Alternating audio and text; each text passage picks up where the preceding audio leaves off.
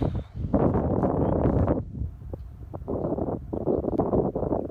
guess we'll try it. We're up here in New Hampshire, so it's a little spotty on the old service, but if it drops out, well, give it a try. All right, today we're up here in Kensington, at the top of the hill at what once was Gordon Swift's boat shop. Now it's owned by John Noon, who built a boat here. He'll tell you all about it. Back when he was younger, and sailed it around the world, or almost around the world, at least as far as Europe. And so we're going to head in and see what he's working on right now, which is a nice, big, beautiful boat. And talk to him for a while. So really, I'm just going to talk to him, and you're going to eavesdrop. That's my plan, anyway.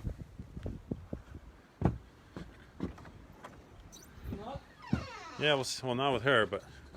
She may be over at the neighbor's house. They have a new puppy. Oh, yeah? Yeah.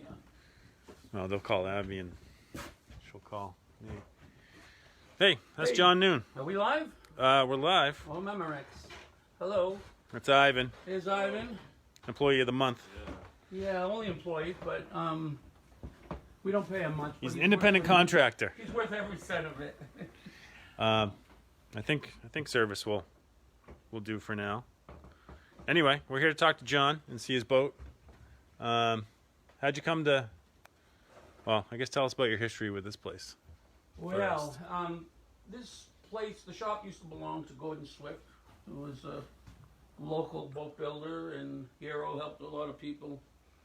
And back in the 90s, I built a boat with Swifty. It was a 2-year project, and that was the boat called Guardian that my wife Linda and I sailed on for a good 10 years overseas.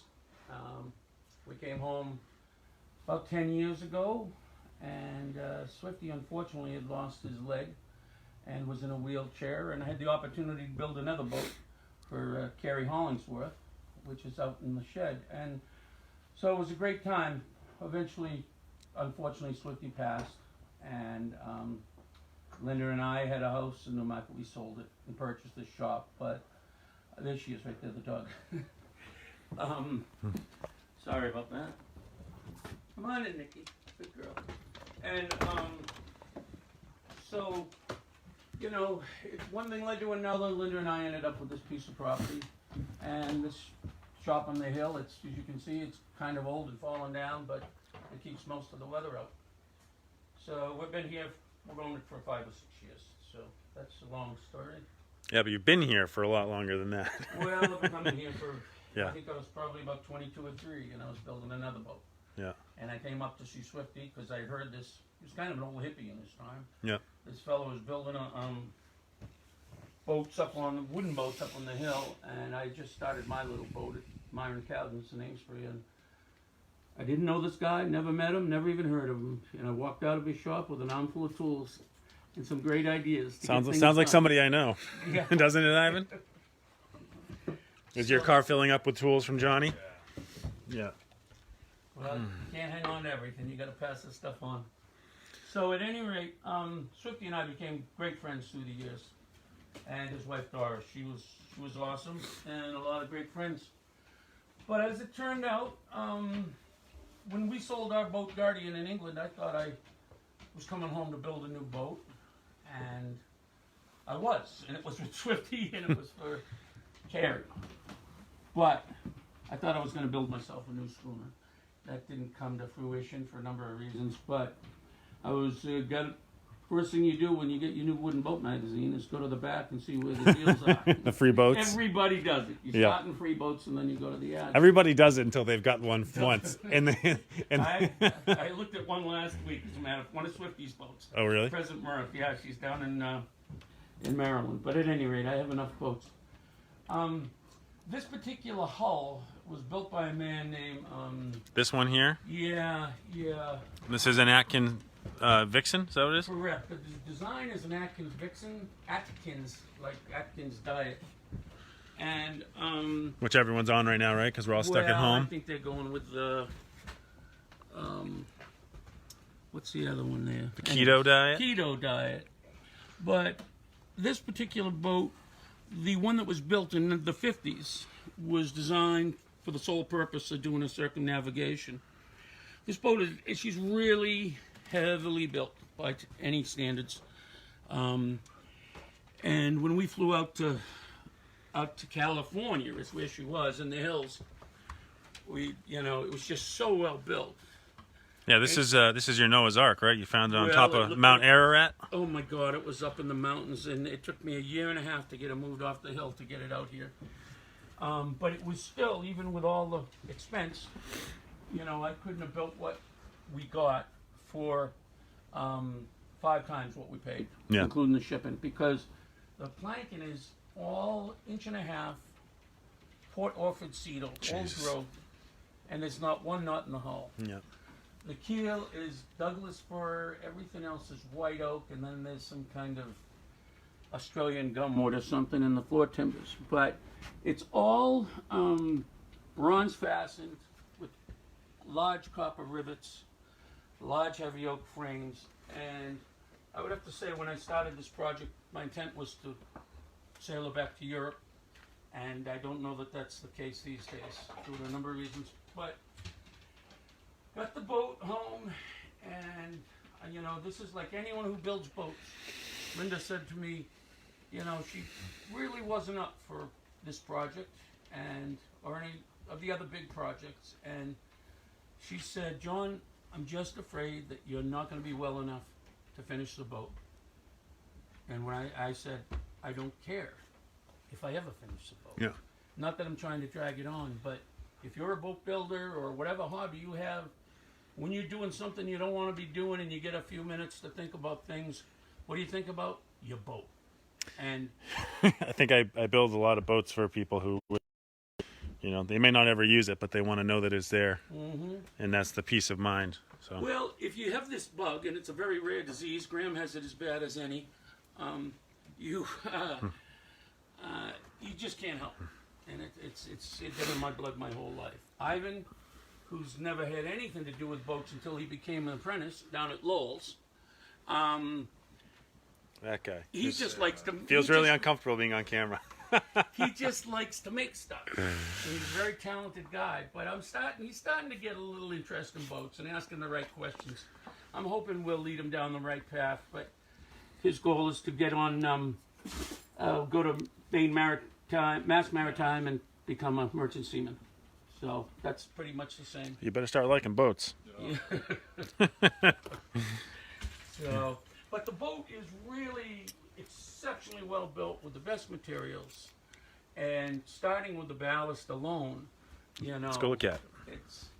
The ballast is 9,100 pounds of lead poured in one shot.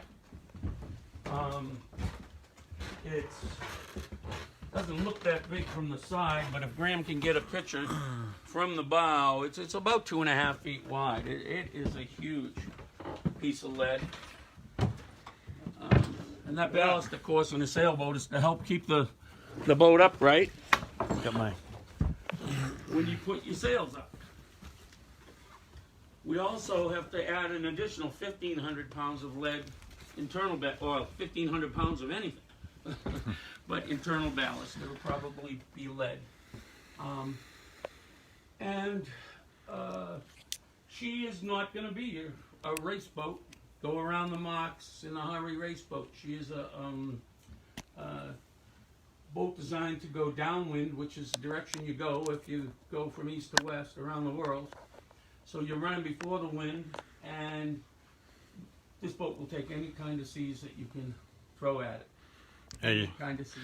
It's just so stoutly built. And I think one of the beauties is that because you've been doing this so long, you've collected over the years a bunch of stuff, hardware. You've probably got 1,500 pounds of lead just kicking around in a corner here somewhere. Well, it's outside in another boat. Right, exactly. You'll cut it off of another one. It probably used bronze. I plenty of scrap bronze. So when a boat builder builds, we typically scavenge what we can because we can't afford it new. Well, I'm in hopes that sometime before I am finished that somebody will come along and need a lot of this stuff, because It's really just junk. That guy? Yeah. His parents won't let him bring much more home. Just money. But look at this beautiful wall. Yeah. I mean, to anybody that's junk, but to me that's galvanized Oregon and dead eyes and shift controls and bronze travelers. This stuff is valuable if you need it. It's If you worthless. if you have to go buy it. It's worthless if you don't. So. But even things like this, you know, like That is a pintle. it's beautiful though. That is a pintle that came out of a boat. I think we burned part of the rudder on. She looks a little charred up. I have more. Peter Erickson wants to know the dimensions. Okay, she's actually not that beamy. It's just 10-foot beam. The draft is about 5'6", I believe, and the overall length is 34'7". But displacement-wise, she's a really big boat. It displaces 26,000 pounds and change, which is a heavy boat. Once again, it's not going to be a racehorse, but when you get there, you'll be rested. Plenty rested. It's a 10-foot beam that probably was a saving grace for getting her out here. Well, it was. She could go over the road. Actually, it was. Yeah. I mean, if it was 11 foot, it would have been a real hassle. Yeah. And it did. But it was still a hassle. I don't think I'd do it again, but I'm really glad we had done it. A lot of the material that I've been using is stuff like we'd use locally, locust and oak, white oak preferably, or Bill Page, white oak only, Bill. And You go look inside? yeah, let's go have a look. Point some things out. But yeah, even that, you know, what's the cost and stock alone for the Port Orford cedar, you know? Well, and this cedar came out of a bridge that was 70 years old, Oh, really? and they had stocked and then they resawed it. Jeez. So it was, you know, this wood's over 100 years old. The fella I bought it from, Jack, back to the original story, he started building it and then he got cancer. And for the next 9 years, he worked on the boat and beat the cancer. But then he was like 65, had lost both his businesses, was alive but had no money. So he had to go back to work. And he was, when I met him at 83, he was still working 2 jobs. Jesus. Quite a character, really nice. He survived man. cancer to work for the rest of his life. Really, yeah, well, he's that kind of guy. Sounds like the American way. And a real nice man. And he did, the work he did on this boat was unbelievably top notch. Yeah. And when Linda and I flew out, we walked on the boat, and she thinks I'm nuts, and she goes, "Oh, let's get it." Because the quality of the work was so good. Thank you, Jack. It's funny, you see that sometimes, you know, with a quote-unquote amateur builder, and it's because, you know, they're not trying to make money at it, they're just trying to do it, and so you can take the time to do it really, really exceptionally over well. Hey, nice locust sole there. Yeah, that's a lot of Ivan's good work with his bent flexible knees. Yeah? That's all locust that grew locally. Is that poop or water? That is going to be fuel, but it may actually, we don't know yet, because I believe I just found 2 stainless tanks on Craigslist. They're going to fit really nice in the stern. Oh, yeah? So that's what's more important, is getting the fit and getting the weight low. She's gonna squat. So these, what are these frames? The frames is white oak, Are they? all double steam bent. Yep. It's unfortunately the one thing that we don't normally do here. These are the heavy European style rivets. Yeah. So they build away from the frame, so to put a ceiling in it makes it very difficult. Here are some rivets that we would typically use here. What he's talking about is that they stand so proud of the frame that it's really hard to put anything on top of this frame. You have to fur out the frame to be able to put a ceiling on the inside. Or a liner. Yeah. Call it. Just get a chop gun. I might need one. But everything on, once again, the hardware was top notch, the boat was top notch. We did change the forward house a little bit and took away the companionway, and we're just putting a hatch in there. The interior isn't in yet. Part of it is, Hey, look, I can stand up. yeah, it's nice. Plenty of headroom. We're hoping to launch late fall with no interior, just the main bulkheads. I'm sorry, early fall. So we can get the ballast where it belongs. I'd hate to have a real launch and have the thing fall over or not be on her lines. You can see there's an engine in there. It's a little Westerbeek that I picked up, a Westerbeek 46. I shouldn't say little, it's quite large. Classic, so you can, stuck way back here, so I you gotta show can't my get to it. work. A friend of mine gave it to me, and we went through it, and I think it's going to be okay. But plenty of horsepower, and I like that the shaft is only about 4 feet long. well, unfortunately, that's got to come further forward. We're going to have to get a new shaft. Oh, right. That shaft was one that I had. This engine needs to come forward another 7 inches, or you'd never be able to do any work on the engine. Well, you said you don't need anything from that stuff, but there's a couple of bronze Shafts? from Larry's. Well, I'll be down. I'll never look a gift horse in the mouth. It's just what's the diameter? I'll measure when I get back. This is 1 1/8 inch. Inch and an eighth. Let me see if that lobster boat too, over on my property might Oh, yeah, have inch and an yeah. eighth on it too. Well, I'd love to have it sure say, meant to say $500 or $600. Sure is.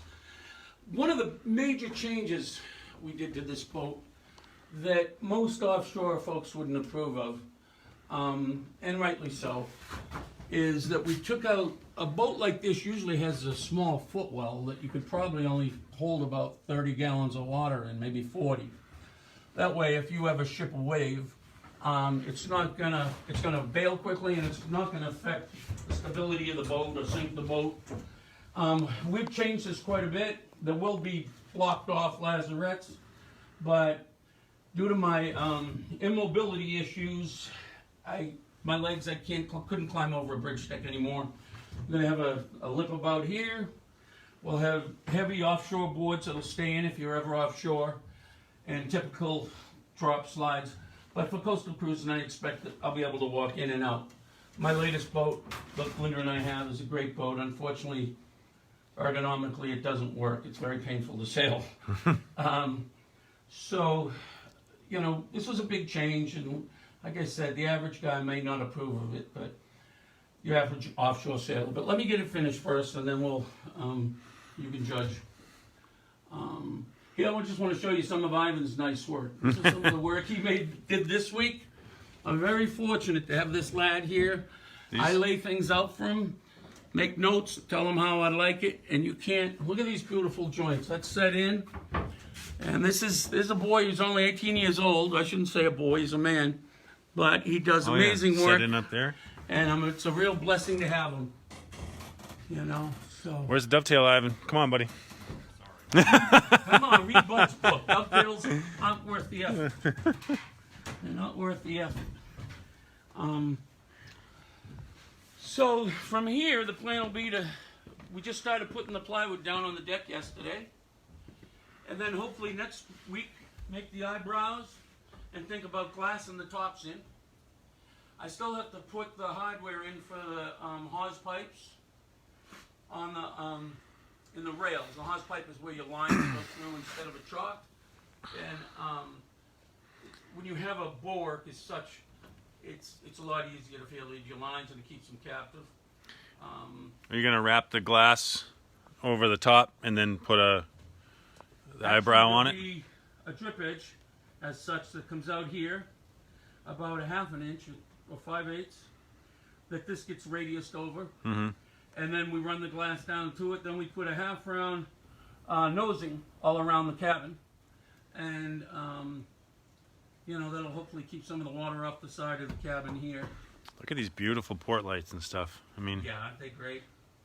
where'd that come from? Is They that were all? there. Is that all custom stuff? No, they were all there. They came. Well, I mean, but did he have them custom Jack had done? bought them, and it came with them. Gorgeous. Look at the thickness of this cabin side. Yeah. I mean, it's a solid 1.5 inches plus. I mean, and every single thing on this boat is bronze bolted with a 1/2 inch bolts. Yeah. Look at these are all bolts holding the cabin down. All through the deck, every About 24 inches. There's another bronze bolt holding it together. That's the thing. I mean, you couldn't. It's the proverbial. Well, because we're on Facebook Live, we'll call it the brick outhouse. But it is. I mean, even those those frames and those rivets. I mean, he's got 3 huge rivets through each of those planks. I mean, well, did you ever? Jackson, he steamed every plank, took it off, re-steamed it again. Really? For the final fit. Every plank in this boat was steamed twice. Jesus. To get the final fit. And I gotta say, the guys did an amazing job of lining off. Yeah. You know, it's not always easy to stay with your planking schedule, and they did a really great job. You'll notice the 2 top planks, well, you probably wouldn't notice, but maybe you will now when I point it out. They're wider than the rest of the planks by probably 3/4 of an inch or maybe an inch. The reason for that is there's another rub rail that goes around between the top and the first plank down. So visually, when the rub plank rail's on, lines, all the planks look the same. nice. Yeah, it's a really That's yeah. It's not one of those things you get the first time no, and or the 10th time. So I give them all the credit. I wish the goal was to be sailing last summer, and unfortunately life gets in the way, and you do the best you can, you know. But this COVID-19 has really been a blessing for me. I'm sorry, I don't mean to make fun of him, but because it worked out for Ivan because he doesn't have to be in school. Yeah. He was finishing up a senior. Well, you could argue he's in school now. Well, I guess, except he doesn't pay very much attention. Do I pay attention very well? He doesn't need to when he's doing it right. He's smarter than the teacher. Yeah. But so like I said, we're hoping for a fall get wet launch, go for sail, and then haul it out, put an interior in next winter. But I think we're on the right page and moving ahead. Yeah, it looks awesome. Yeah. I mean, I haven't seen it in a while, but the tow rail looks. That's a hard thing. A hard thing, especially up there, you know, where it makes that flare. It's a hard thing to lay out and do. Well, I had the locust, but if I had to do it all over again, I think I'd do it differently. Yeah. And I'd laminate it. Yeah. And get something green. This locust has been out in my backyard for Jesus. 5 years. It was hard to know. Yep. Did you woodpecker lips? They say. Yeah. Did you steam it and then fit it? Ivan and I last fall we steamed the bulwark part. Yep. The vertical part, and then the other pieces are cut and then scoffed. So it make patterns, and because a lot of the locust has shape in it, so you use that to your advantage. But it was still a bear. Yeah. You know, I mean, that's one thing. This is the only one I've ever done. If I had to do it again, I'm sure I could do it better and faster and do a nicer job. But the average guy won't notice my flaws. That's all that matters. You can always hide them with paint. You know, That's right. just like the plank lining with the rub rail. The rub rail. But there's also those huge, humongous bits up forward as the bowsprit locks into that. So the bowsprit is actually about 12.5 feet long. So it can't go in now, but it's going to stick out the bow of the boat another 8.5 feet. So I might have to hang an orange ball on it in the mooring area. Somebody might get their head knocked off. Nobody's used to a bowsprit anymore. No, that's for sure. You're gonna make it so it can slide in, so you can. I am. I'm gonna have it so it's retractable. So if you get somewhere, you get into the European ports and you can save some money. Yeah. No, you get into the European ports. We need some nice young guys that want to sail. You and Ivan, it'd be a good experience. I'll meet you there. No, you won't. You'll be right down there. Well, you did promise me that we could go, and I said, we got I can't sail, and you go, that's okay, you sleep. Yeah, we got a 1-year stay of execution, right? Well, that's right. It's all this stuff. That is patents for a boat that Swifty's dinghy called the Swallow, and if anyone ever wanted to make one, it's a little strip plank, 10-foot sailing skiff that's as nice as any you'd ever see. So oh yeah, the whole thing's up here. There's a whole. Oh yeah, everything you need there, building jig and you know. Stuck up Take in the a little work, rafters. but several have been made by different people in the great job. It's always nice, sales nice. But he called it the swallow. You know that old, you get a swallow tattoo when you cross the line for the first is that what time? you do? That's why all the real hardy-dar sailors have swallow tattoos on their forearms. Yeah, I'm lucky to get a hummingbird. A crow. A crow, that's right. Seasoned crow. Well, that's a good look at it. We want to get everybody's opinion on your color? Yeah, why don't we do that? Because that was a really tough week last week.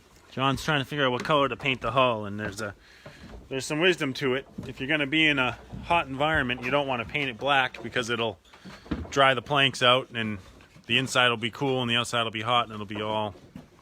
But Linda and I fell in love with a name and a boat.